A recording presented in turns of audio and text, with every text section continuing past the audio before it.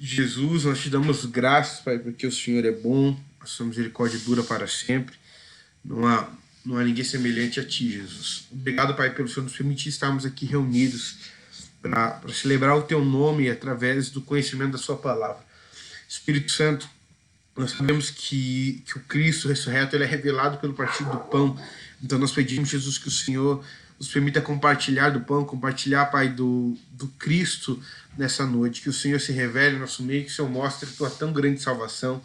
Que o Senhor nos alcance, Pai, com sabedoria e graça nessa noite. Abra o nosso entendimento, abra a nossa cognição, Espírito de Deus, para que possamos compreender toda a sua boa, perfeita e agradável vontade. Que o teu nome seja glorificado pelo poder do nome de Jesus. Amém.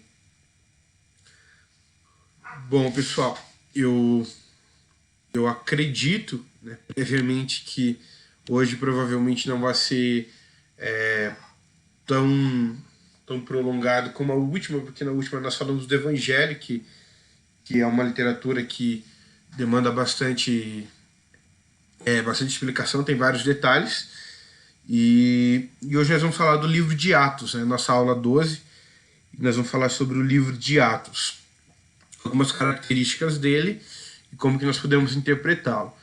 Primeiro eu queria fazer uma lembrança então do que nós tratamos na aula passada, né? Na aula passada nós falamos a respeito dos 4 evangelhos. Então nós entendemos que Mateus nos dá a visão a respeito do Jesus que é o rei dos judeus, que é o Messias.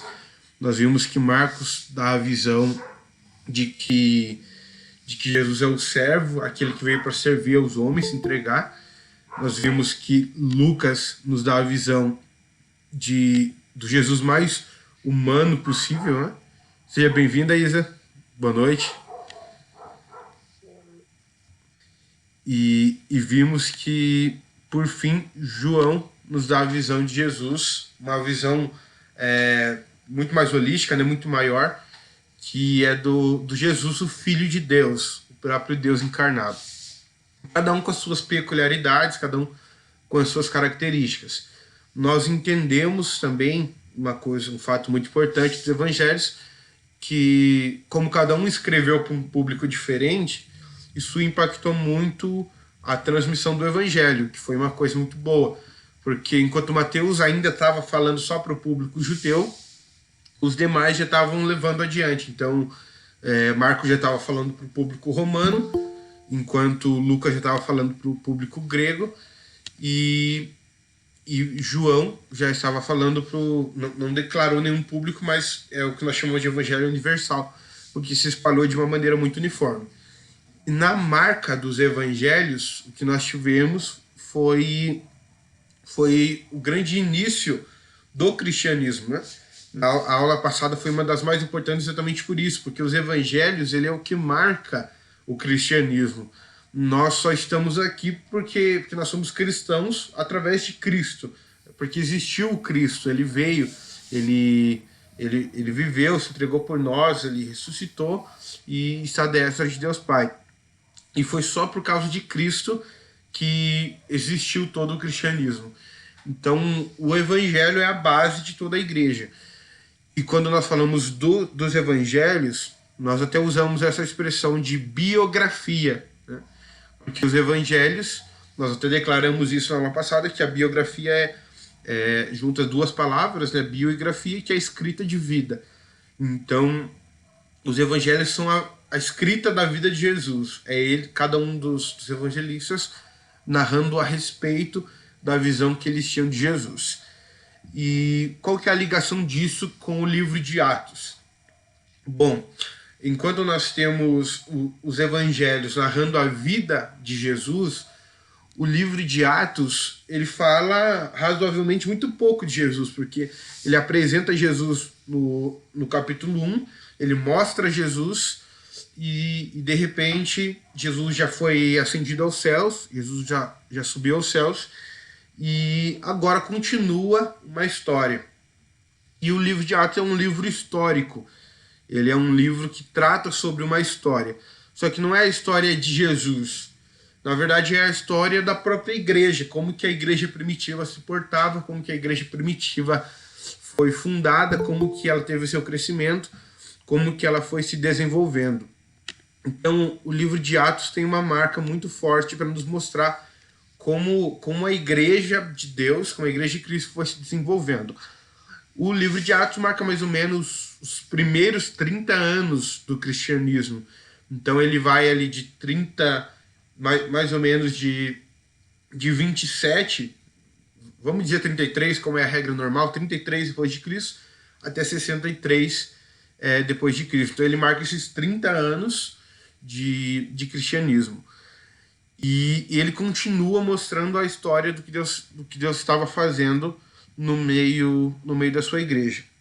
Um detalhe muito importante para nós entendermos o livro de Atos é exatamente esse nome. Esse nome Atos, no seu original, ele significa praxis. Né? Só a palavra praxis no grego significa atos e só isso. Existe um costume que algumas Bíblias aderiram, algumas convenções de igrejas aderiram, e por isso algumas Bíblias, se você reparar, vai estar escrito Atos dos Apóstolos. E embora tem os apóstolos agindo ali, nós vamos ver isso um pouco mais para frente, embora nós tenhamos os apóstolos ali, existe apenas uma figura central no livro de Atos que nunca sai de lá, que é a pessoa do Espírito Santo. Ele está em todos os capítulos de Atos. Ele sempre está, mesmo que não seja citado ele está ali por debaixo operando todos os milagres no livro de Atos.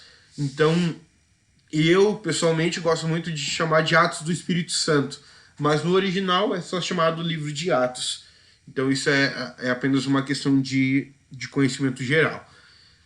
E quando nós falamos da autoria do livro de Atos, nós sabemos por um homem chamado Eusébio, que foi um dos pais da igreja. Aqui eu quero lembrar vocês novamente disso, né? Nós falamos na aula passada que existe essa expressão que nós usamos patrística, e quando nós usamos essa expressão chamada patrística, nós nos referimos aos pais da igreja. Então, a patrística, especialmente na pessoa de Eusébio de Cesareia, ele nos conta, né, em mais ou menos 160 depois de Cristo, e foi o próprio Lucas que escreveu, sendo companheiro missionário de Paulo, ele também escreveu o livro de Atos. Então ele escreve o seu primeiro tratado, né, o seu primeiro volume histórico, chamado Evangelho de Lucas, que nós o chamamos assim, onde ele quer mostrar para um homem chamado Teófilo, a Bíblia só dá esse nome, né, Teófilo, e que nós entendemos que é até um símbolo, né, porque a palavra Teófilo, o nome Teófilo significa amigo de Deus. Então a Bíblia só diz que Lucas escreve para esse Teófilo, e querendo apresentar a prova de que tudo que Cristo fez, trazendo a certeza de que não era apenas uma história de brincadeira. Então ele escreve com a intenção de provar isso. E ele escreve o seu primeiro volume, então, chamado Evangelho de Lucas, como nós o chamamos, e quando se encerra a história na ligação ali com o Evangelho de Lucas, que é a biografia de Jesus, ele começa o seu segundo tratado, o seu segundo volume, que seria o livro de Atos.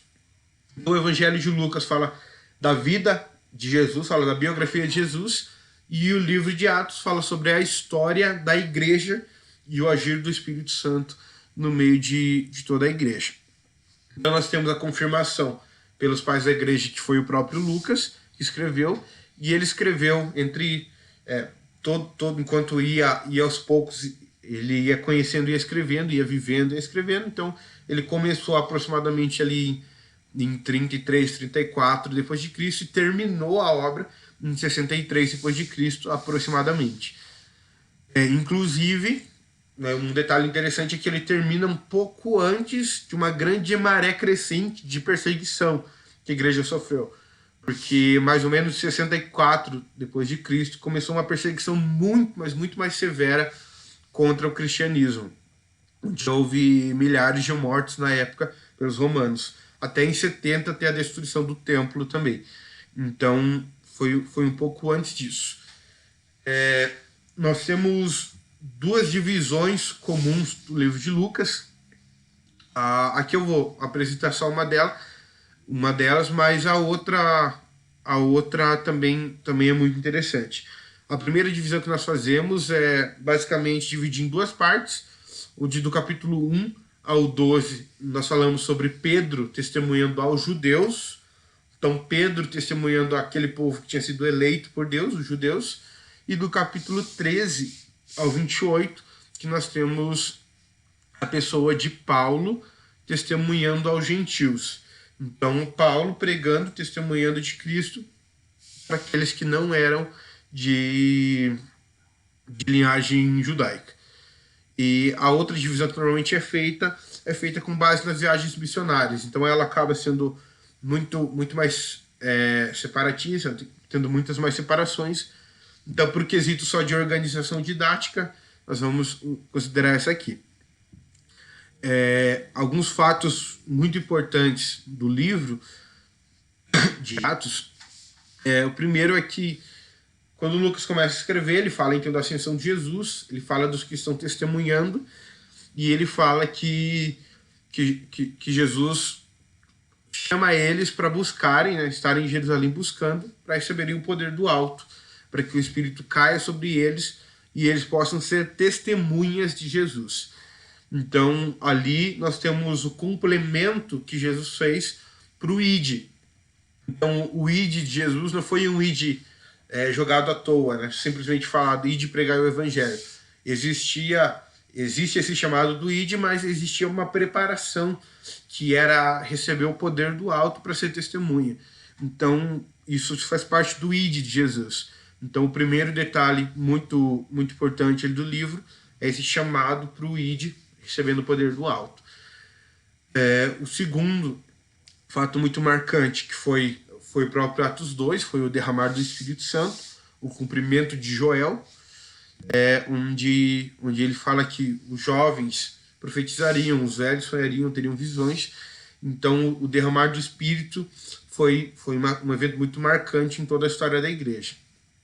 Também um evento muito interessante e que nós temos até um paralelo, se formos separar com o Antigo Testamento, é que, ao mesmo tempo, lá no Antigo Testamento, quando a Bíblia fala do povo de Israel no Egito, a Bíblia diz que os egípcios, o faraó, ele oprimia o povo de Israel.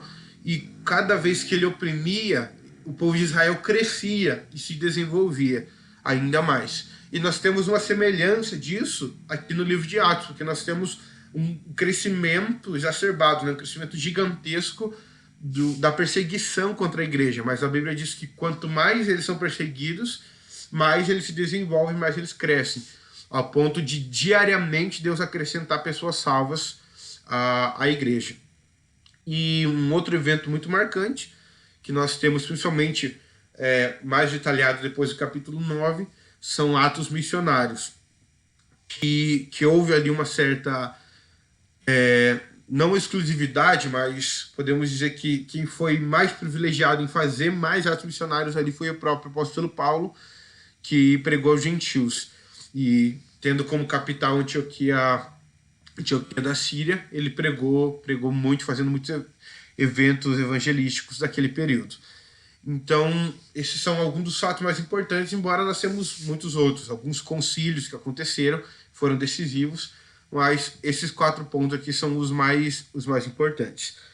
Em questão de gênero literário, então, o tipo de escrita, como nós podemos interpretar o livro de Atos, que é o nosso ponto central, né, do nosso estudo. Aqui nós sempre comentamos esses detalhes do livro, mas a intenção principal nossa é saber como interpretar e como aplicar isso para nós.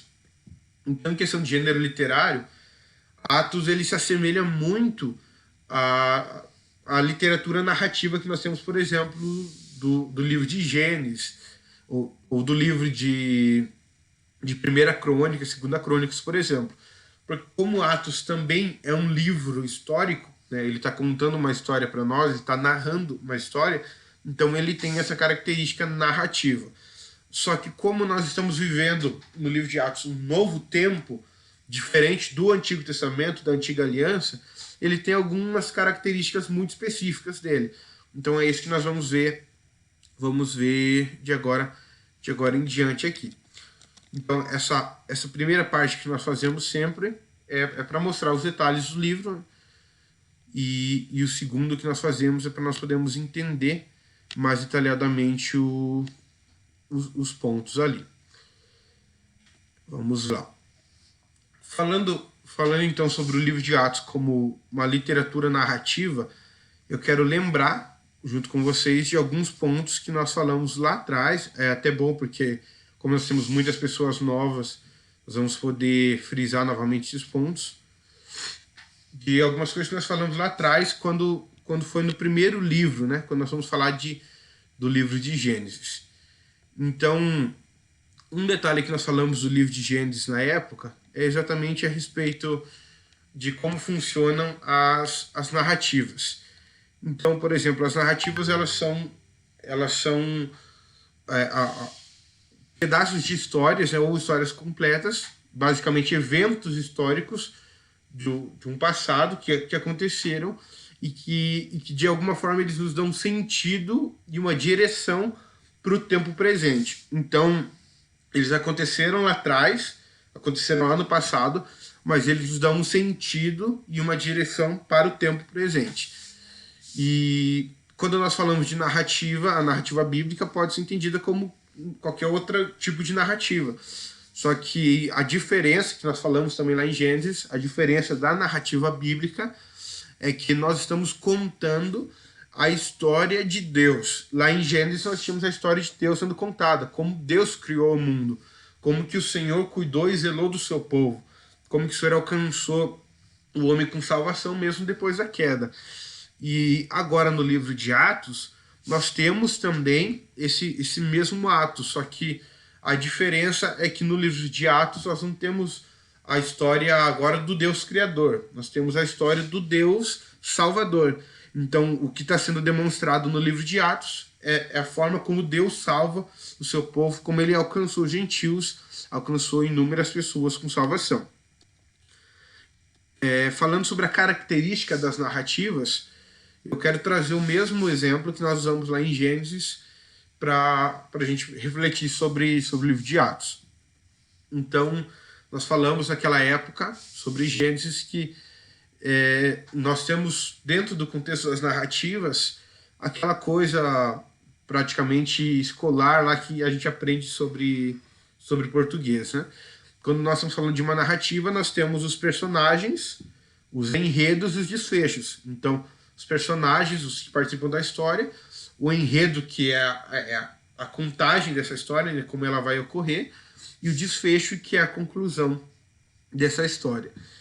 E, normalmente, as narrativas vão conter uma pequena tensão, um pequeno conflito, que vai precisar ser resolvido de uma forma geral. E quando nós olhamos isso, por exemplo, na literatura padrão, nós lembramos que dentro dos personagens nós temos ali o protagonista, que era aquele personagem principal, nós temos o antagonista, que era quem gerou a tensão, e nós temos algumas vezes o coadjuvante, que é um personagem que se envolveu na história. Ele participou da história, mas ele não é tão importante quanto o protagonista. Desculpa. E lá na época a gente fez um exemplo disso pensando em Gênesis, né? Agora eu quero trazer um exemplo disso pensando em Atos, no capítulo 2 especificamente, e a partir do verso 13 e 14 praticamente. O que nós temos ali? Então a Bíblia diz que no verso 13 já se juntou uma grande multidão de pessoas, onde essas pessoas estão ouvindo o povo cheio de Deus, cheio do Espírito, falando em várias línguas, cada um entendendo na sua, todo aquele testemunho que nós já conhecemos de Atos 2. Só que no verso 13, nós temos um homem, né, alguns homens, um bando, que eles vão lá e dizem o quê? Esses homens estão embriagados. E ali se gera a primeira tensão narrativa do livro de Atos. Então, quando aqueles homens citam que eles poderiam possivelmente estar embriagados naquele horário fazendo isso, ele gera a primeira tensão do livro de Atos. Só que o engraçado é que por ele gerar esse conflito, aparece agora um personagem chamado Pedro. E Pedro aqui é um coadjuvante. Ele está no meio da história, mas ele não é o personagem principal. Porque Pedro vai olhar e vai começar a ministrar o evangelho para eles, vai começar a falar, dar uma resolução, explicar o porquê que eles são daquela forma. Só que o engraçado é que enquanto Pedro está ministrando, nós temos o Espírito Santo agindo sobre eles. E o Espírito Santo é o próprio protagonista dessa história.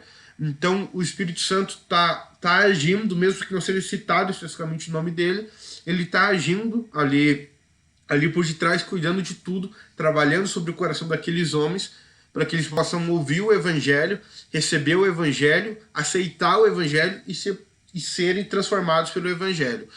Então, tudo isso acontece no período ali de 3 a 4 versículos, do 13 ao 17 praticamente. Então, nós temos aqui um pequeno exemplo de como se dirigiu aquela narrativa. E por que é interessante você pensar nisso quando nós falamos no estudo bíblico? É interessante você pensar nisso apenas a fim de didática, para você poder compreender melhor o texto que você está lendo. Assim você consegue pensar nos personagens, pensar nas palavras-chave que estão envolvidas naquele texto, pensar em como cada um está se organizando, o que cada um está falando.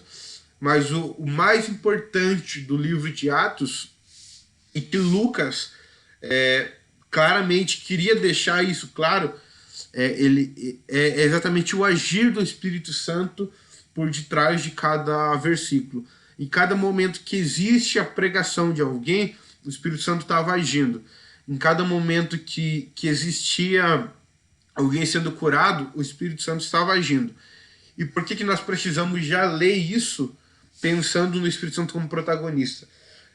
Porque é muito fácil você ler e pensar que, de repente, por exemplo, quando Pedro está orando ali, e a Bíblia diz que Pedro passa a sombra sobre os enfermos, alguns até correm para tentar ver se Pedro podia passar sombra na frente deles também, sobre eles.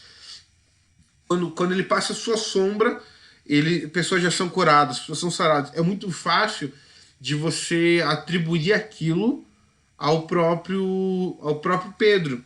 É muito fácil quando você olha, por exemplo, Paulo pregando, e de repente Paulo do nada repreendendo alguém e se manifestando um ato de libertação ali, você pensar naquele ato como o próprio Paulo como protagonista da história.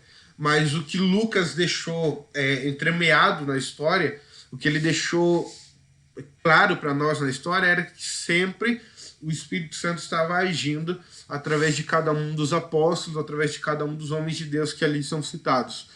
Tanto é que foi a marca, né, do próprio Espírito caindo, do poder sendo derramado, que fez com que eles pudessem pregar em Jerusalém, em Samaria, na Judéia e até os confins da terra dessa forma. Então é muito interessante quando nós assumimos essa visão para o exame dos textos. Prosseguindo, aqui eu quero comentar com vocês alguns cuidados. Vão ser os mesmos cuidados que nós falamos lá atrás, quando falamos do livro de Gênesis, mas com uma pequena diferença aqui. Por exemplo, o primeiro ponto que nós precisamos cuidar na interpretação de uma narrativa é com a própria alegorização. A alegorização é o ato de você pegar um texto que ele está falando uma coisa literal. Por exemplo, ele está falando que ali existia um vaso de barro ali no lado, e você pegar aquele vaso e entender ele como símbolo de alguma outra coisa. Isso seria um exemplo de alegorização. Quando o ato está citando um próprio fato, algum próprio detalhe, ele está querendo deixar claro que é aquilo mesmo. Ele não está tentando criar uma alegoria ou algum símbolo diferente. Então, o primeiro cuidado que nós precisamos ter é de não gerar um sentido diferente para o texto, mas nós interpretarmos ele como o que ele está dizendo. Se ele diz que uma coisa tem a cor preta e branca, a cor é preta e branca e não azul e amarela por um outro significado que nós queremos dar. Então esse é um exemplo que nós precisamos ter. E reforçando, né, nós vamos ver daqui a algumas semanas, mas é interessante reforçar que o livro que nós temos, que tem várias alegorias, que nós vamos ter que entender, aprender a lidar com elas, e vamos descobrir que isso é extremamente difícil, é o livro de Apocalipse. Ele é um livro extremamente alegórico, tem algumas partes literais, sim, mas a sua maior parte é alegórica e simbólica, e nós precisamos aprender a lidar com isso. Mas falando de Atos, nós precisamos cuidar muito com isso. O segundo ponto, a descontextualização. Isso é quando nós pegamos um texto, e eu vou dar um exemplo aqui, né, do que acontece muito no livro de Atos.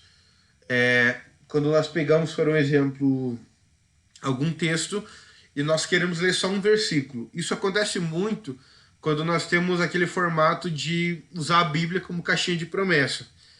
Quando você quer abrir a Bíblia selecionando com o dedinho um versículo específico ali, e para que Deus, através daquilo ali, fale com você. Eu não me atrevo a citar em experiência nenhuma, eu também já fiz isso muito na vida, então eu não falo sobre experiências disso. O ponto principal que nós precisamos aprender com isso é entender o contexto. Por um exemplo, um dos textos mais famosos de Atos é quando Pedro está dizendo o seguinte: melhor é obedecer a Deus do que aos homens. Esse é um dos textos mais conhecidos de Atos no capítulo 5. E quando Pedro cita isso, é porque ele estava tendo um momento em que o governo queria impor uma perseguição contra eles, queria começar uma proibição contra eles.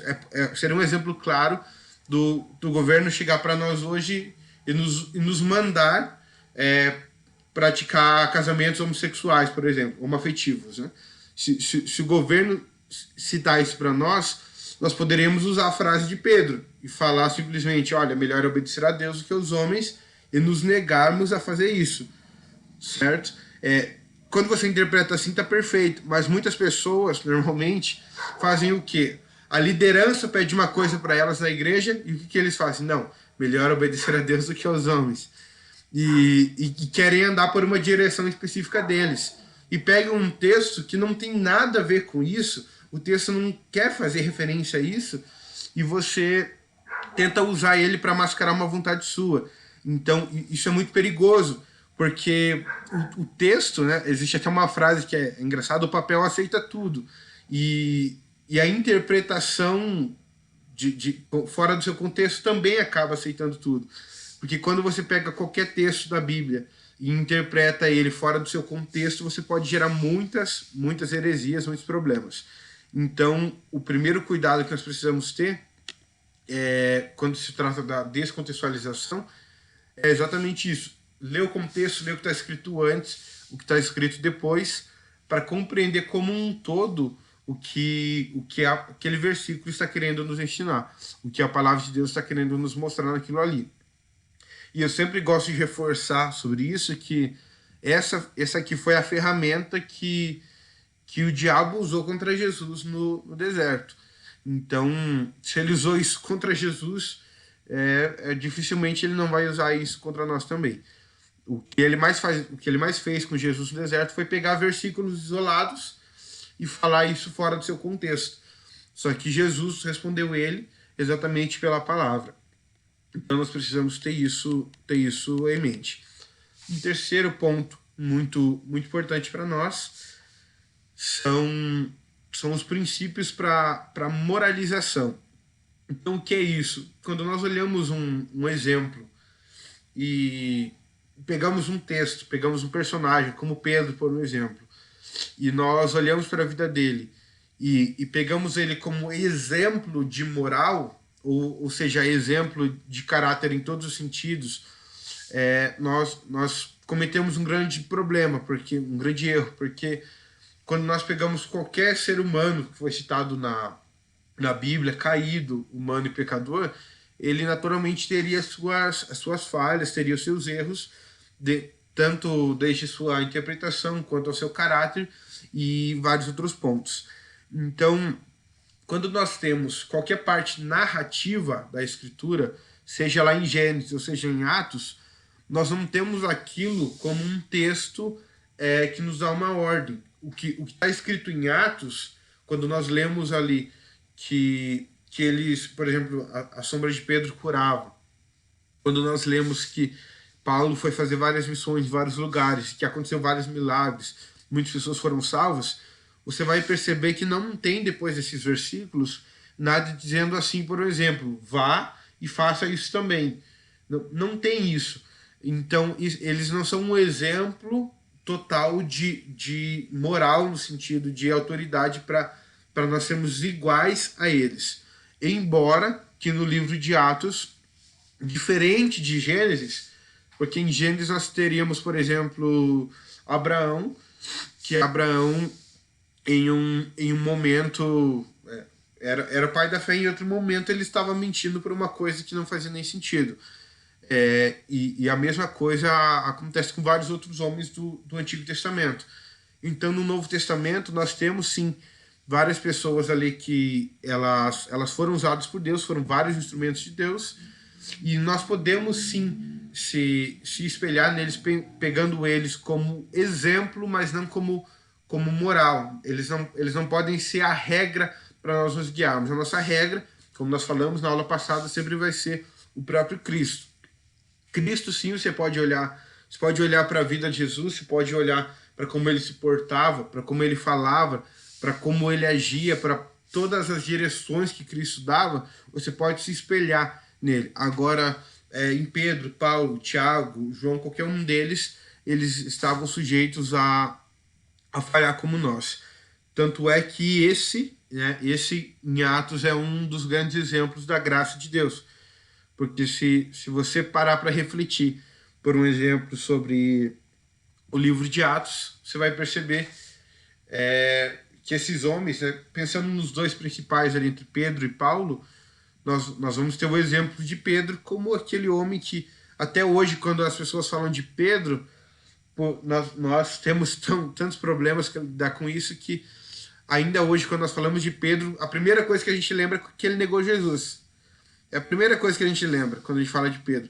Quando a gente fala de Tomé, a gente lembra que ele quis tocar, que ele duvidou, ele queria tocar. Nós temos esse costume de lembrar do ponto negativo das pessoas, né? Esse é um mal do ser humano. Então, só que isso demonstra a graça de Deus, porque Jesus podia ter olhado para Pedro e rejeitado Pedro. Mas não, pelo contrário, pegou Pedro e usou ele como um dos pais da igreja, uma das bases da igreja para poder o evangelho prosseguir a tantas nações.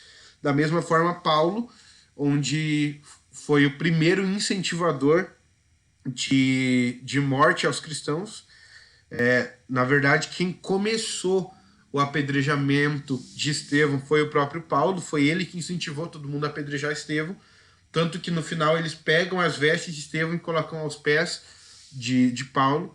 E mal sabia Paulo que passaria algum tempo e ele se tornaria alguém semelhante a Estevão. E mais uma vez é a graça de Deus sendo mostrada ali. Porque Deus podia olhar e falar, não, você se levantou, matou vários dos meus, eu não quero você no meu time, eu vou fazer cair fogo do céu e acabar com você. Mas ao invés disso, Jesus alcança ele com graça e misericórdia e pega o coração dele, transforma um coração convertido, abre o entendimento dele, abre a visão dele para quem é Cristo. Ele se torna o maior missionário do Novo Testamento. Talvez, parando para refletir até hoje, o maior missionário da história, se for em questão de nações que ele visitou. Então, ali nós temos a graça de Deus sendo mostrada. Então, embora eles não sejam um exemplo total de moral, essa palavra moral é a palavra-chave, moral no sentido de que eles são a perfeição e que nós temos que guiar tudo por eles, nós podemos enxergar muitos exemplos bons neles, de pessoas que foram usadas por Deus, se dedicaram a Deus, serviram ao reino, e que nós também podemos servir dessa mesma forma. Então, aqui nós falamos sobre 3 pontos, né, dos quais nós temos que fugir e tomar muito cuidado para não cair em erros. Primeiro, a alegorização. O segundo, tirar do contexto, né, a descontextualização.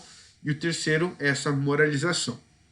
Então, pegando o inverso disso, a gente compartilhando cinco princípios para nós interpretarmos. Então, o primeiro seria nós respeitarmos o contexto geral da história, ou seja, se para eu não cair no problema de ler fora do contexto, eu preciso respeitar o contexto geral. E eu faço isso quando eu leio o capítulo anterior, o capítulo posterior, para entender aonde está localizada aquela história ou o que a pessoa quer dizer com aquele texto. Um segundo ponto que nós precisamos entender muito claramente é que, principalmente, o livro de Atos, ele não está ensinando uma doutrina. Doutrina, por exemplo, nós vamos ver isso mais detalhado agora na próxima aula, quando nós vamos falar das cartas. Elas, sim, nós chamamos de cartas doutrinárias, que é como a igreja pensava, qual era a teologia que a igreja acreditava. Mas em Atos nós temos muito mais ação, né, muito mais vida do que apenas teoria. Então, Atos não representa ensinamentos de doutrina, isso nós podemos ver em outra parte da Escritura. Terceiro ponto, embora Atos não represente ordenanças, ele nos serve como exemplo de fé. Nós podemos olhar Paulo, podemos olhar Pedro, podemos olhar Tiago, podemos olhar Estevão, podemos olhar cada um deles, os mártires, e saber que eles foram instrumentos de Deus e que eles se entregaram por amor a Cristo, e que nós podemos e devemos fazer o mesmo usando eles como exemplos de fé. Um quarto ponto importante, isso aqui é muito importante para nós, é que o livro de Atos ele não foi escrito para responder às nossas questões teológicas. Então, isso acontece muito, para vocês entenderem, porque o livro de Atos ele abre um espaço muito grande para nós na teologia. Por um exemplo, o livro de Atos nos faz ter dúvidas sobre algumas coisas. Nós podemos batizar crianças ou não podemos? O batismo ele pode ser por aspersão, ele deve ser por aspersão ou por imersão. Você pode só tacar água na testa e tá valendo, ou tem que ser a pessoa inteira? Tudo isso são dúvidas que surgem sobre a prática do cristianismo, sobre como o cristianismo deve agir. E o livro de Atos, ele não nos responde isso. Deus não olha no livro de Atos e fala, olha, estou avisando vocês, igreja Shalom Tatuquara do século XXI, saibam o seguinte, que o batismo sempre deveria ser por imersão. Eu não aceito por aspersão. Nós não temos esses detalhes. Aí, em algumas partes do livro de Atos, fica muito claro, quando foram em rios ou em lugares próximos, que tinha sido por imersão completa. Mas em alguns lugares, onde não tinha nem tanta água assim, não caberia a pessoa, nos dá uma impressão de que seria por aspersão. E aqui nós entramos em dúvida, nós acabamos não tendo certeza. Claro que nós nos guiamos pelo fato de que muito mais importante é o batismo do que como ele é feito. O fazer o batismo, né, como ele é feito, talvez não seja tão importante, mas o batismo é o mais importante, que é o ato de você viver uma nova vida. Então, nós precisamos ter maturidade no estudo da Escritura para saber que ela não responde todas as nossas dúvidas, porque Deus revelou o que ele queria revelar, na forma como ele queria revelar, e com as características que ele decidiu revelar. E por fim, um detalhe que eu acho extremamente profundo de nós sabemos é que nós sempre vamos descobrir no final de todas as histórias que Deus ele sempre foi e continuará sendo o herói, o salvador, o redentor de todas as histórias. O próprio Deus é o que sempre entrava no meio ali, conduzindo a sua igreja. E o livro de Atos tem muito a nos ensinar para nós compreendermos como era a vida da igreja primitiva, como eles viveram, como eles se portaram como cristãos. E nós precisamos ter consciência do seguinte, que o livro de Atos ele é o único livro da Bíblia que ele está incompleto. Ele está incompleto, porque ele terminou no capítulo 28. Só que se nós chamamos, aí nós chamamos ele assim, de livros do Atos do Espírito Santo, a menos que o Espírito Santo fosse embora junto com Paulo, então esse livro continua sendo escrito. Porque se o Espírito Santo continua agindo, e ele continua agindo nos nossos dias, então os livros de Atos ainda está sendo escrito, através das nossas vidas, das nossas histórias, e o Espírito Santo continua agindo sobre nós, e continua escrevendo um livro de Atos ainda maior com os nossos exemplos de vida e de fé. Então, essa é uma marca muito importante que nós precisamos ter em mente, até como atributo de conclusão. Uma coisa que eu acho extraordinária, muitos pais da igreja costumavam dizer que a semente, né, a morte dos mártires, o sangue dos mártires era a semente da igreja.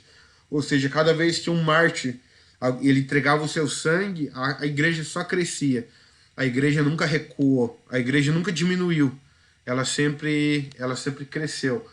Então isso é um ponto muito importante para o nosso entendimento. Sempre que o diabo se levantou de qualquer forma que fosse para tentar parar, seja através dos fariseus da época, seja através de outras formas, a igreja só cresceu. Ela nunca parou, ela nunca decaiu e ela nunca recuou. Ela sempre entrou no território do inimigo e foi embora. Tanto é que a gente precisa lembrar do seguinte: enquanto em Gênesis você tinha o Adão caído, o Adão que se entregou, em Jesus você tinha o Adão que venceu, o Adão que cumpriu a vontade de Deus.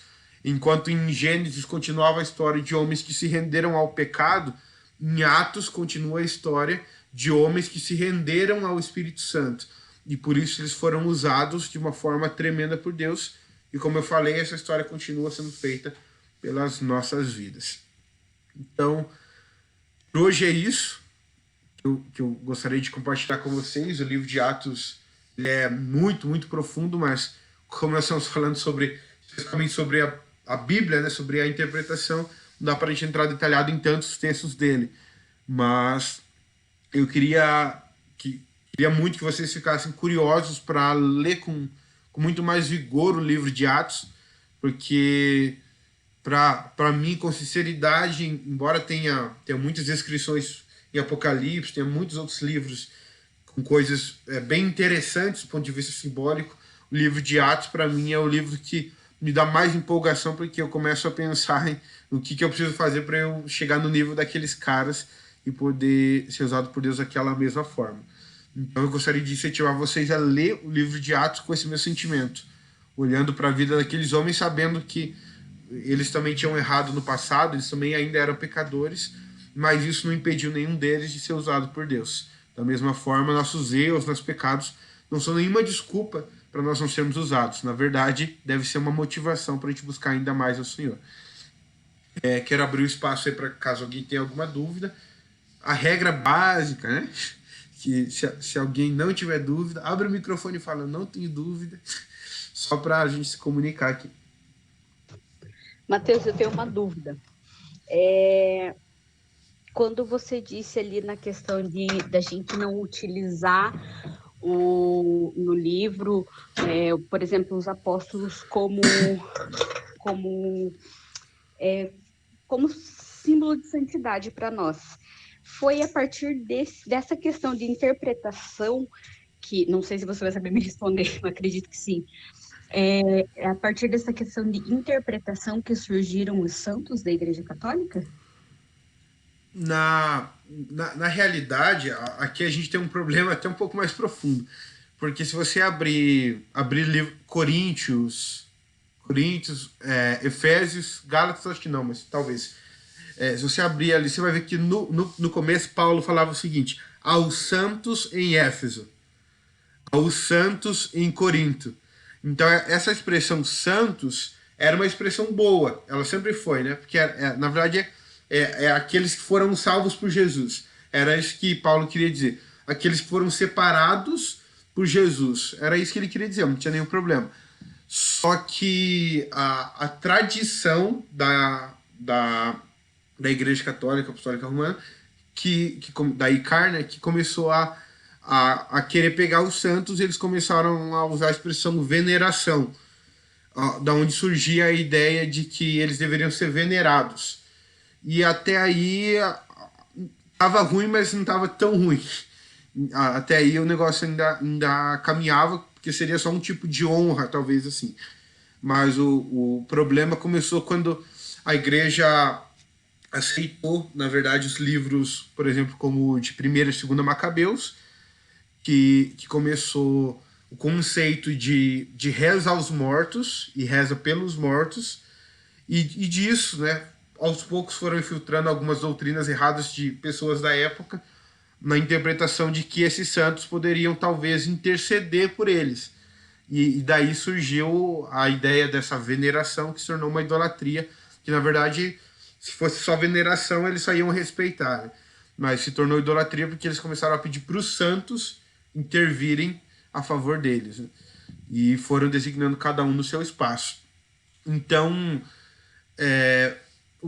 pode ter começado, talvez, por esse problema, mas não foi só esse, tá? Na verdade, foi uma grande filtração, né, do inimigo no meio, que conseguiu chegar e gerar tudo isso que nós temos dessa forma. E surgiu desse pequeno pedaço, desse problema que você citou ali, deles considerarem eles como um exemplo maior, só que continuou com vários outros pontos que levou eles até esse nível de hoje, tá? Basicamente isso. Entendi. A história da ICAR é uma história complicada. Bem complicada. Vamos lá, galera. Seguinte, você citou algo que a gente não pode ter, que nem Paulo, por uma, como pode dizer, por uma pessoa que a gente possa se espelhar nele, né? Tipo assim, por que Paulo mesmo ele cita para a igreja, se eu não me engano, agora me foge a memória, mas ele cita assim: sejais meus imitadores, porque eu sou imitador de Cristo. Por que ele cita sejais meus imitadores? Porque ele já nos citou sejais imitadores de Cristo. Então, na verdade, aqui entra 2 pontos, tá? O primeiro ponto é o seguinte: quando a gente precisa ter essa separação, né? O que seria o se espelhar? O se espelhar seria primeiro eu olhar e dizer o seguinte: olha, essa pessoa tem alguns atributos bons, ela tem alguns atributos bons, esses atributos bons eu posso copiar ela, porque é algo saudável, é algo bom. Quanto a isso, está perfeito. Quando nós falamos do problema da moralização, eu estou dizendo que a vida dele é uma regra para mim.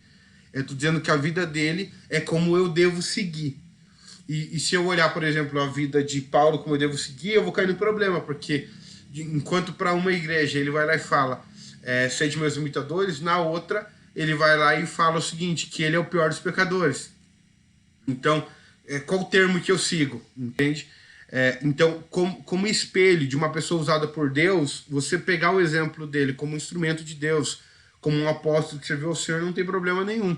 O que você não pode é tornar ele um exemplo moral, ou seja, um exemplo absoluto de alguém que seria o cara perfeito em que você pode seguir todas as coisas. Esse é o primeiro ponto. Agora, sobre quando ele cita isso, ele cita, na verdade, num contexto bem específico. Quando ele falou sede meus imitadores, ele fazia referência, primeiro falando isso para a igreja de Corinto. Então, se a gente olhar para a igreja de Corinto, a gente vai descobrir o porquê que ele falou isso.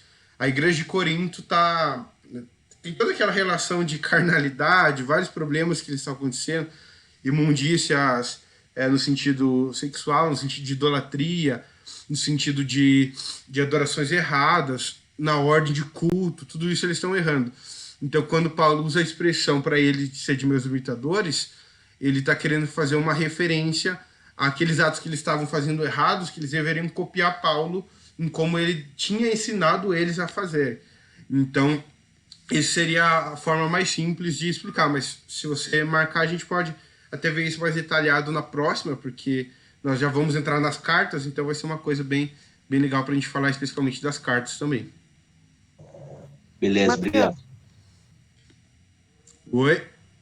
Oi? Me perdi aqui. Eu, eu Oi, Sri. procurei a mãozinha aqui para levantar, mas não achei a mãozinha aqui. Não sei se é o meu que não tem a mãozinha para levantar para falar. Nessa explicação que você estava falando de Paulo, que ele fala sede, né? A coragem dele de falar sede meus imitadores, não sei, né? No meu entendimento assim, ele estava falando lá para essa igreja em particular, mas assim, a ousadia assim de Paulo, né? Ele sempre foi ousado, mas assim, e a certeza, a convicção de que ele estava fazendo o que Cristo, então assim, o que Cristo fazia, né? Uhum. Tipo assim, o que Jesus faria nessa situação, né? Não, hoje, né? Eu não vou dizer assim, ai, sejam meus discípulos. Eu tenho discípulas, né? Eu faço. Os discípulos são de Cristo.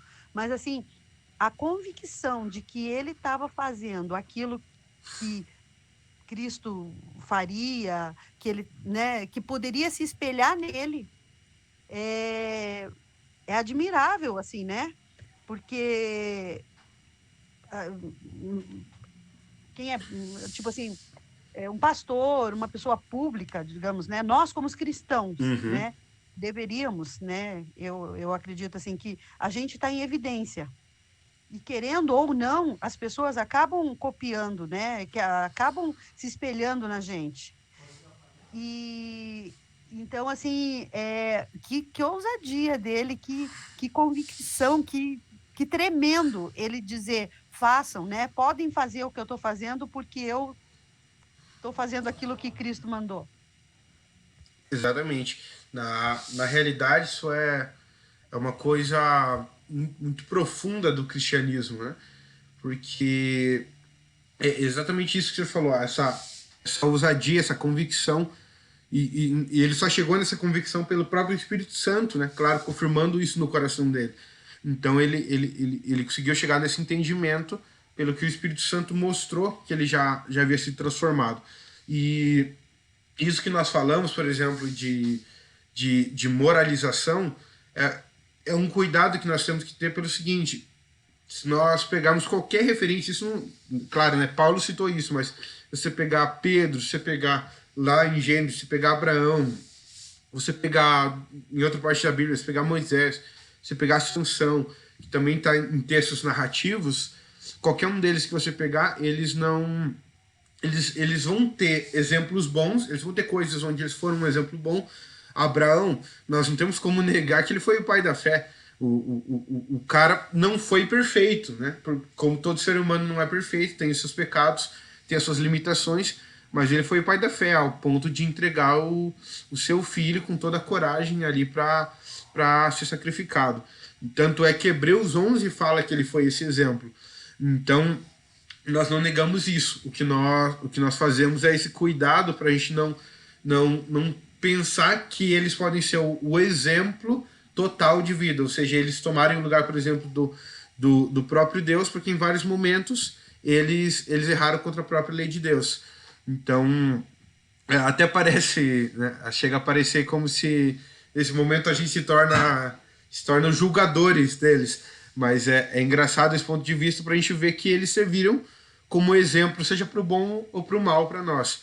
Então o que nós devemos pegar é o exemplo do bom e prosseguir em cima disso. Mas isso que você falou é uma coisa muito, muito verdadeira, porque a coragem, a ousadia, o ânimo do coração dele para falar isso foi extremamente profundo, né? E, assim, esse cuidado que você está falando, não sei se eu estou entendendo, até hoje, naquela época, né, teve, e hoje também, porque quando, eu não lembro agora em qual das cartas, onde foi, mas está na Bíblia, que ele fala assim, que não são de Pedro, não são de Pedro, não são de Paulo, né, que são discípulos de Jesus, que começam, não, eu sou de Pedro, eu sou de Paulo, né? Esse cuidado que você está falando é isso, né? Pegar o que é bom, mas assim, não perder o foco de que nós somos discípulos de Jesus, né? Que eles são usados pelo Espírito Santo, são usados, mas assim, não mirar no homem, né? sabe como que isso é tão verdadeiro e tão profundo que é uma coisa natural, né? E o engraçado é que isso que ele fala, esse de que alguns são de Paulo, outros são de Apolo, mas que todos, né, estão ali dependentes de Cristo, quando ele fala isso também é para os coríntios, exatamente por conta do mesmo problema. Só que o engraçado, se a gente for parar para refletir, como isso acontece ainda nos dias de hoje, tanto que nós vivemos isso de uma forma muito clara nesse último período com tudo que aconteceu. Porque, né, tudo que aconteceu recentemente, né, na questão de igreja, com o falecimento do pastor, nós percebemos isso acontecendo também.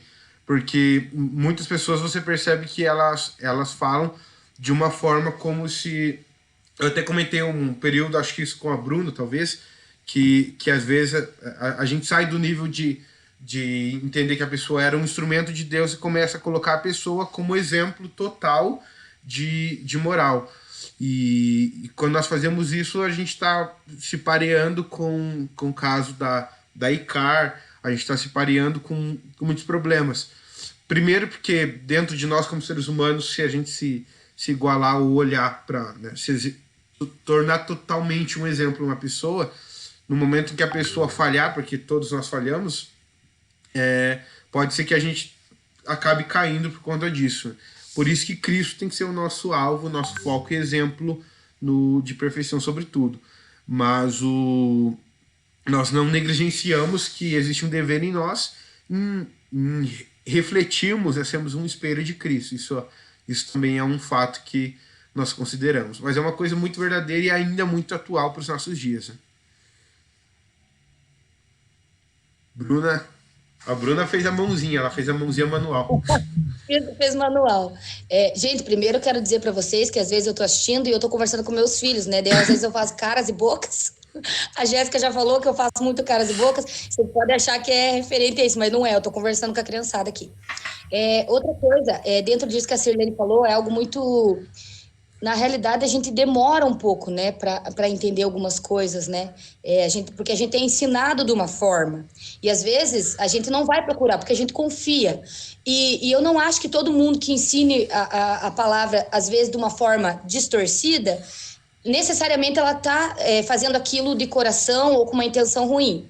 Só que dentro disso, da questão de Paulo, ser dos meus imitadores, o que acontece? Eu, talvez não com palavras, mas subjetivamente, a gente aprendeu que a gente deveria ser igual aos nossos discípulos, os discipuladores, e automaticamente fazer discípulos segundo o seu próprio DNA. Foi coisas que a gente aprendeu, né? Parecia muito bonito, muito isso. Mas, assim, o que eu penso hoje, né? Foi até uma conversa que eu já tive com a Sirlene uma vez, que... Na realidade, a gente quer ser igual fulano, ciclano e beltrano. Porque a gente tem dificuldade, às vezes, de olhar para Cristo e achar que nós podemos, sim, em Deus, através do Espírito Santo, nos parecer com Ele, né? Eu creio que ser igual a Ele é só quando Ele voltar e nos transformar, né? Mas a gente pode, sim, olhar para Ele como nosso alvo. E quando nós olhamos para as pessoas, o que acontece? Eu me frustrei muito. Porque eu olhava pessoas que para mim eram o ideal de cristão, e chegou um momento que eu comecei a ver não só as falhas dessa pessoa, mas que eu não tinha o perfil dessa pessoa e que eu nunca ia ser igual a ela. Nunca. Minha história de vida era diferente, o meu temperamento era diferente. Então, o que acontece? Nessa linha de pensamento que a gente aprende, né, a gente é ensinado, o que acontece? Não é só responsabilidade de quem ensina, é responsabilidade de quem não vai procurar ver se aquilo é realmente verdade dentro da palavra ou não. Então, o que acontece? Nessa linha de pensamento, existe uma margem para frustração muito grande, muito grande. Porque eu olho uma pessoa lá, vou dar um exemplo, uma pessoa que é colérica. Eu sou sanguínea, eu tenho uma tendência a me animar e desanimar muito rápido. Então, o que acontece? Eu olho para uma pessoa que é constante, eu falo, não, eu quero ser igual àquela pessoa, eu quero ser igual àquela pessoa. E existe uma forma de Deus tratar comigo e existe uma forma de Deus tratar com aquela pessoa. Então, vai passar tempos e eu vou olhar e falar, mas eu não estou parecida com aquela pessoa. Sabe? Como se ela fosse um espelho e um alvo a alcançar. E aí, muitas pessoas saem do reino, elas saem da igreja, por quê? Porque elas tinham um alvo que foi colocado, né? Assim, foi colocado, não que esse é o alvo, mas queira ou não, a gente dá-se a entender que aquela pessoa é o padrão, e é um padrão a se alcançar, e você nunca vai alcançar, porque nós não somos feitos para ser tudo Maria, nós não fomos feitos para ser tudo João, né? Então, assim, tem um perigo muito grande nisso. E é engraçado quando Paulo fala, sede meus imitadores como eu sou de Cristo. Quer dizer, ó, como eu sou de Cristo. Ele não falou, sede meus imitadores. Ele falou, como eu sou de Cristo. Quer dizer, olha, naquilo que eu imito a Cristo, me imitem, mas naquilo que eu não imito, daí eu lembro daquela outra coisa que ele falou, olha, retenha o que é bom, né? De tudo que você ouvir, for ensinado, retenha o que é bom. Quer dizer, dentro disso, Paulo estava falando, vai ter muita coisa ensinada que vai ser errado. E você precisa ter discernimento para reter aquilo que é bom. Então, assim, eu tive muitas pessoas dentro da igreja que eu olhava e eu pensava, eu quero ser igual fulano, eu quero ser igual ciclano. Mas um dia Deus falou para mim, você não vai ser igual, porque eu não te fiz para ser igual. E Deus é tão bom que nos primeiros 5 anos da minha conversão, eu olhava para uma pessoa dentro da igreja e eu pensava, eu pensava desse jeito, claramente eu falava para Deus, se essa pessoa cair, qualquer um cai. E depois de 5 anos, quando eu já estava firmada, vamos dizer, em Cristo, aquela pessoa caiu. Só que se ela tivesse caído antes, eu provavelmente tinha caído junto, né? No meu engano, no meu erro. Mas eu acredito, não sei se é desse jeito, mas eu acredito que é mais ou menos isso que Paulo estava falando, né? Não que você tinha que ser igual a ele, porque não tinha como Pedro ser igual a Paulo, né? E nem Paulo queria ser igual a Pedro. Então, eu acredito que é mais ou menos nisso. Só que conforme Deus vai falando com a gente vai lendo a palavra, a gente vai entendendo isso. A gente fica preso a isso por muito tempo.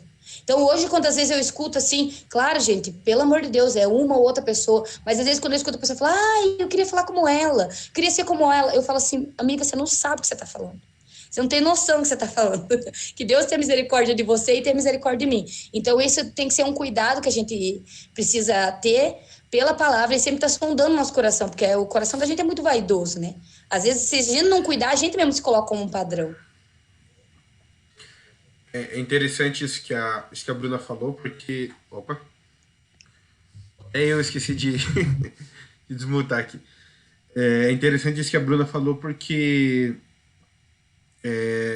na verdade, quando Paulo fala, ele primeiro ele fala e depois ele já diz no quê, né? Quando ele fala, ele pede para você imitar ele e aí você tem que fazer aquela pergunta, né? É o princípio de interpretação que nós sempre temos falado, né? Uma das coisas que eu sempre tentei ratificar bastante, reforçar, é sobre as perguntas, né? Então, se você perguntar para Paulo, o que é para fazer? Paulo vai dizer, me imitem.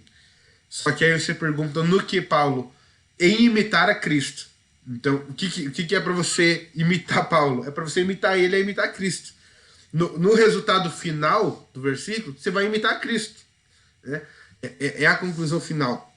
Até porque Paulo não iria querer trazer uma coisa especificamente para ele com um peso desse nível, ainda mais Paulo. Eu confesso uma coisa muito clara, e eu acredito que isso é um padrão dentro do cristianismo.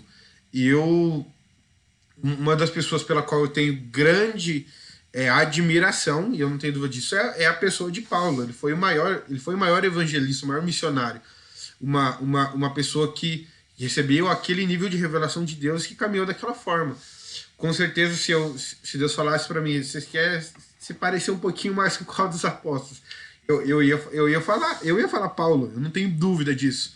Só que aqui que vem o X da questão. Quem é o meu exemplo? Quem é o meu alvo? Quem eu tenho que seguir? Quem eu preciso, no final de tudo, de glória em glória, me transformar? É em Cristo. Então, ele sempre vai ser, né, o nosso maior exemplo, e vai ser o nosso exemplo total, em caráter, em modo de falar, em modo de agir, em tudo. Não tem nada que você possa olhar para Jesus, seja no passado, no presente ou no futuro, que possa o condenar. Tanto é que o escritor de Hebreus fala que em tudo ele foi tentado, mas em tudo ele venceu. Então o pecado nunca conseguiu vencer Jesus, mas Jesus que venceu o pecado.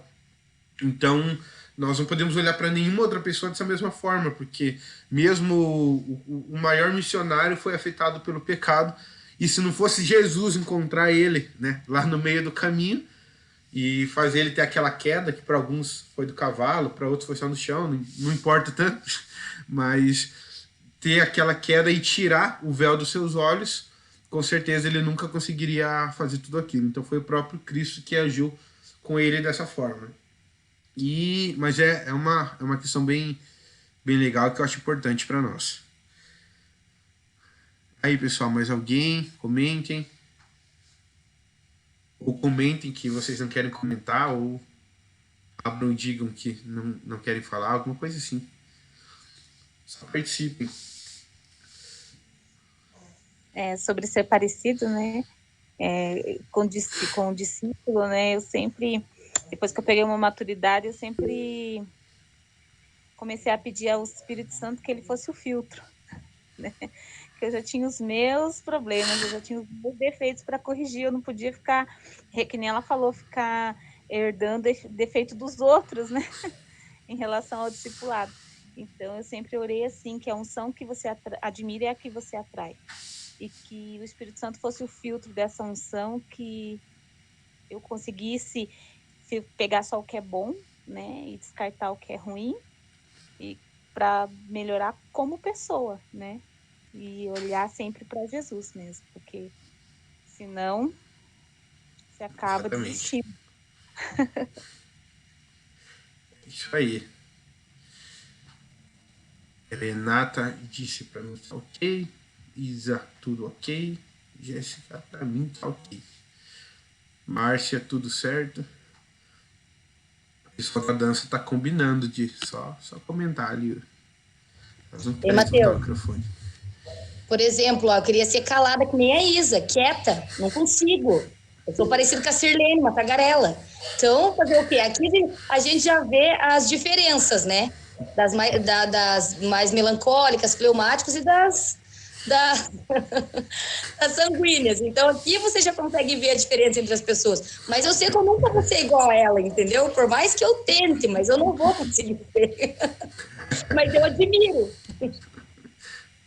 É isso aí, faz parte, né? São as nossas características, né?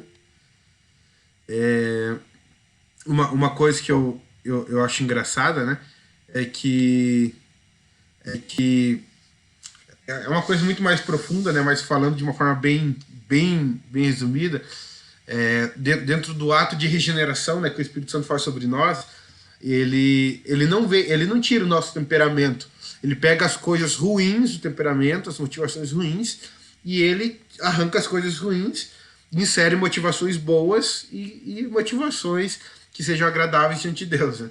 Você percebe isso muito claramente pelo próprio Pedro, né? Primeiro, se a gente for falar de Pedro ali, ele da mesma impetuosidade, né? Com a mesma força que ele negou a Jesus, foi a força com a qual depois ele pediu para ser crucificado de ponta cabeça. Paulo, com a mesma força que ele teve para ir perseguir os cristãos e querer matar todos eles, foi a mesma força que depois ele teve para pregar o evangelho e ser o maior missionário. Então, Deus não mudou o temperamento deles, né? Só pegou o temperamento, inverteu os polos e deu uma motivação certa ali e falou, vamos embora. E assim foi. Então, o que Jesus sempre nos convida é pra gente pegar os nossos temperamentos e ofertar a ele também, né? Ô, Bruna, olha que benção, né? Em relação a Isa, pelo menos nisso a gente concorda, né? Isso é uma benção.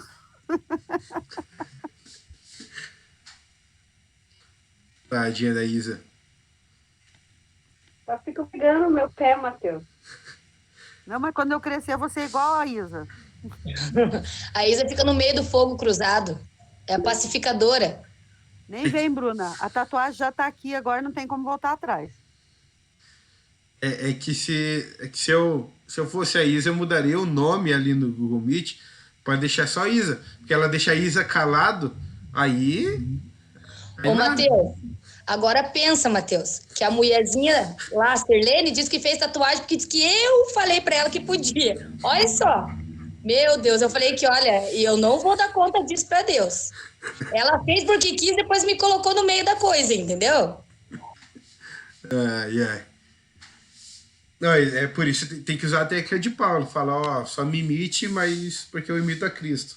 Então, usa a técnica de Paulo ali, já manda. Ou até para facilitar, né, para não causar dúvida, já fala direto, ó, vai para Cristo, imite a Cristo só.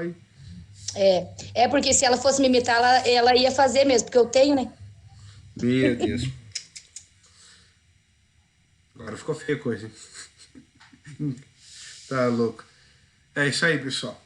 Mas é muito bom sempre, né, compartilhar com vocês do reino de Deus. Muito obrigado pelo tempo de vocês, por se dedicarem aqui a estar compartilhando do reino, e isso aqui gera o nosso crescimento espiritual. Como eu falei, quero lembrar vocês de atentarem para esse desafio, né, de ler o livro de Atos ali de uma forma impetuosa, porque ali está contando a nossa história, né? Se eu tivesse um livro que contasse a história da minha família de anos atrás, eu ia querer muito ler ele. E o livro de Atos conta a nossa história, porque nós somos, como igreja, todo um corpo, né?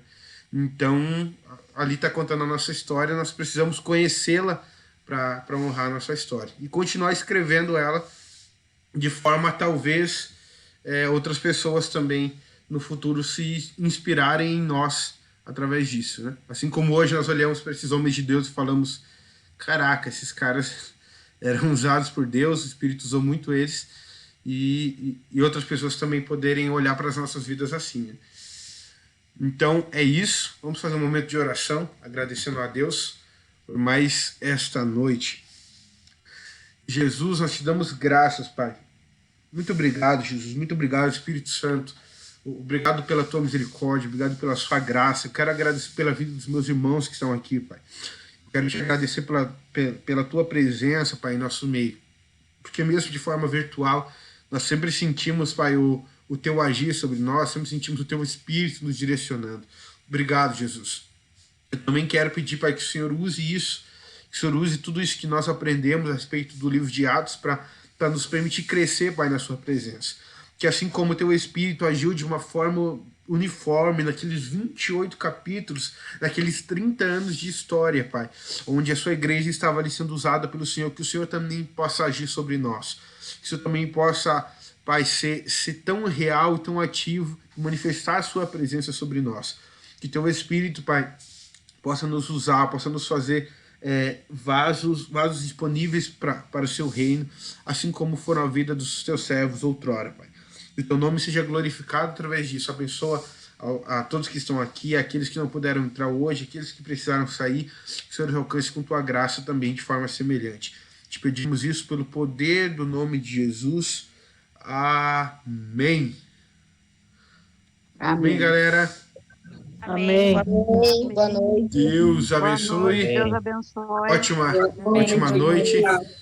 E até a próxima. Até.